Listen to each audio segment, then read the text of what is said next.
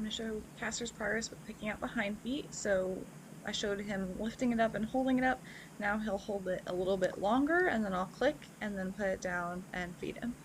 So I'm just progressively adding up the amount of time that he can hold his foot up for me, and I'm also holding it with two hands like that, and then I click and feed.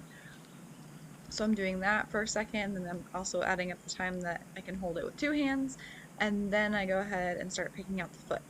So I'm just going to do one stroke, and as I pick it out, I'm going to click and then feed him. So that's kind of the progression of it all. And you make sure that all the pieces are working and like everything is good before you try to go and pick it out. And then I'm just going to do like that one stroke at a time and click as I do it and then feed. I'm going to break everything down. I love how he's just resting his foot here. He's letting me manipulate his hind leg. He's just very relaxed about it, kind of moves it there, but he's not being real tight. He's not pulling it up. His body language looks nice and relaxed. So that looks fantastic. Like a beginning of actually cleaning out his hooves and then getting that hind leg more manipulated, malleable, something like that. Moving it around more so that I can pull it forward and backward and get it ready to be trimmed. So that's what I'm looking for here. And I'm looking for that relaxation the whole time. And I'm just going to build up from here. So I'll like pick his foot twice with the pick and then I'll move on. And I'm going to do the same thing on this other side. And the angle was better on the other one, but I wanted to show both feet real quick. That time he didn't really pick it up. That's okay. I'm just going to ask him again. Hold it for a couple seconds. I'm just doing like a quick review here. Make sure he was good with all the other behaviors before I went and picked up his foot. So I'm just saying, hey, remember that you pick up with your foot when I ask, and then, oh, remember when I can touch you with both hands on one leg, and then I introduced the picking out of the hoof.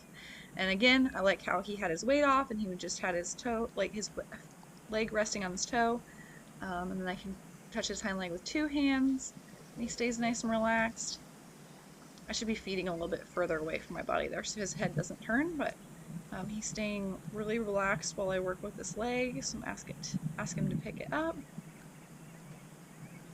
He didn't really move it very much. I'm going to ask again, and I can get my hands ready and then do one pick, and then as I do that, I'm going to click and then go ahead and feed him.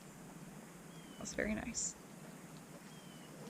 And then I kind of touch him on the hip there, and then I run my hand down his leg so he knows I'm there. I pick up his leg, I move my hands, and then I go ahead and do one swipe of the hoof pick, and then I'll click. It looks excellent. I'm really happy with his progress. I'm really happy with how relaxed he's been. I at no point used any ropes or pulling or holding the leg up. It was all with positive reinforcement, just building it up a little by little until I could pick it up and hold it and pick him out. So I'm pretty impressed with that for doing it for my first time. And I can do that with both of the Mustangs. Atlas did take a little bit more time because he is a little bit more standoffish than Castor, especially on those hind legs. But overall, even with not knowing every little detail about what I was doing, it ended pretty well. I would definitely recommend knowing more before you want to start training these behaviors, especially with the wild Mustang and especially with their legs. But he did really well, and I'm very proud of him.